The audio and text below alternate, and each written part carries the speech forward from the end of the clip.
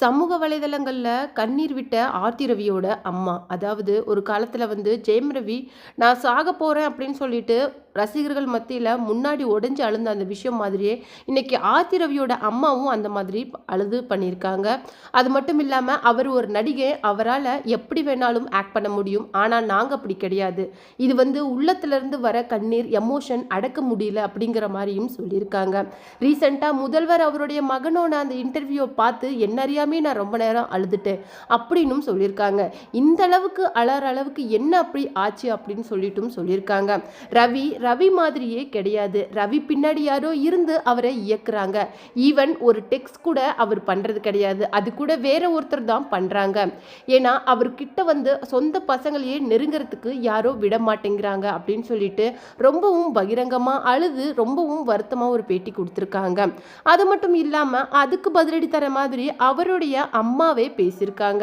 அதாவது ஜெயம் ரவியோட அம்மா பேசின விஷயங்கள் என்ன அப்படின்னு சொல்லிட்டு பார்த்தீங்கன்னா, என்னுடைய மகன் ரொம்பவும் அனுபவிச்சுட்டான், அவனை தயவு செய்து நிம்மதியா வாழ விடுங்க, அவனுடைய வாழ்க்கையில எந்த விதமான சந்தோஷமும் இல்லாம பண்ணிட்டீங்க அப்படின்னு சொல்லிட்டு ஒரு பக்கம் அவங்களும் கண்ணீர் விட்டுருக்காங்க.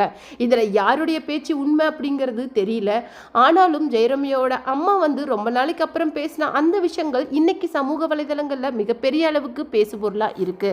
அது என்ன அப்படிங்கறது தான் இந்த வீடியோல நம்ம தெளிவா பார்க்க போறோம்.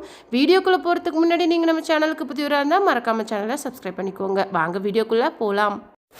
ஜெயம் ரவி அப்போ ஒரு இன்டர்வியூவில் நான் சந்தோஷமாகவே கிடையாது, ஆர்த்தி ரவி என்னோட பண்ணின அந்த கொடுமைகள், அது மட்டும் இல்லாமல் மன உளைச்சல், இதெல்லாம் போதுண்டா சாமி அப்படின்னு சொல்லிட்டு நான் அவங்கள விட்டுட்டு வந்துட்டேன்.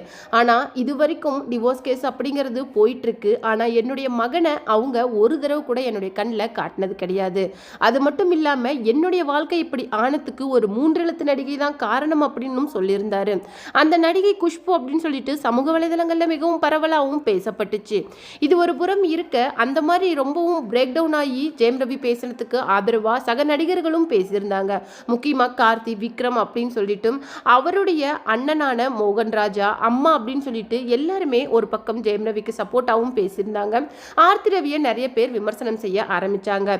இருந்தும் கெனிஷா மற்றும் ஜெயம் ரவியை நிறைய பேர் விமர்சனம் பண்ணிக்கிட்டு தான் இருக்காங்க. கெனிஷா உங்க வாழ்க்கையில உங்களுடைய குடும்பத்தை பிரிச்சுட்டாங்க அப்படிங்கிற மாதிரியும், அவங்க ஒரு ஹோம் பிரேக்கர் அப்படிங்கிற மாதிரியும் நிறைய விமர்சனங்கள் ஒரு பக்கம் போயிட்டு இருக்கு. இப்போ ஆர்த்தி ரவியோட அம்மாவான ஜெயம் ரவி மாமியார் என்ன சொல்லியிருக்காங்க அப்படின்னு சொல்லிட்டு பார்த்தீங்கன்னா, என்னுடைய பசங்க, அது மட்டும் இல்லாமல் என்னுடைய பேர பசங்களுடைய மொத்த ஸ்கூல் ஃபீஸ் வருஷம் 86 லட்சம் ஆகுது. இதை மொத்தத்தையும் நாங்கள் ரவியை கட்ட சொல்லலை, ஒரு சார்ஜ் எடுத்துக்கோங்க, உங்களுடைய பசங்களுக்கு உங்கள் வாழ்க்கையில் ஏதாவது ஒரு பங்களிப்பை செய்யுங்க அப்படிங்கிற மாதிரி தான் சொன்னோம். எங்களால் அவங்கள வளர்க்க முடிஞ்சாலும் என்னுடைய பெண் படுற மன கஷ்டம், அது மட்டும் இல்லாமல் குழந்தைங்க அப்பா இல்லாமல் இருக்கிற இதெல்லாம் பார்க்கும்போது எனக்கும் என்னுடைய கணவருக்கும் மிகுந்த மன உளைச்சலை தருது. அது மட்டும் இல்லாமல் ஆர்த்தி ரவியோட அப்பா என்னைக்கும் ரொம்பவும் உடஞ்சு போயிட்டாரு அப்படின்னு சொல்லிட்டு ஆர்த்தி ரவியோட அம்மா ரொம்பவும் கண்கலங்கி பேசின அந்த விஷயங்கள் சமூக வலைதளங்களில் ஒரு பக்கம் வைரலாக போகுது. அது மட்டும் இல்லாமல் நடிகை குஷ்பு இதுக்கு என்ன சொல்லியிருக்காங்க அப்படின்னு சொல்லிட்டு பார்த்தீங்கன்னா, வாழ்க்கை அப்படிங்கிறது ரொம்ப அழகானது, மனைவி கூட எவ்வளோ பிரச்சனை வந்தாலும் பசங்களோட முகத்துக்காக ஒரு படி கீழே போகிறதுல எந்த விதமான தப்பும் கிடையாது.